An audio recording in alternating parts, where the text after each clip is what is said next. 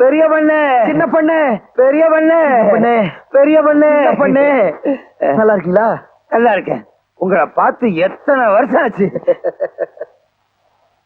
ஐயோ, இந்த உருட்டுற பழக்கத்தை இன்னும் விடலையா? சின்ன பண்ண, நான் இப்ப சாதாரணமான ஆள் இல்ல. மெட்ராஸ்லயே பெரிய புள்ளி. பெரும்புள்ளியோ கரும்புள்ளியோ செம்புள்ளியோ எங்க?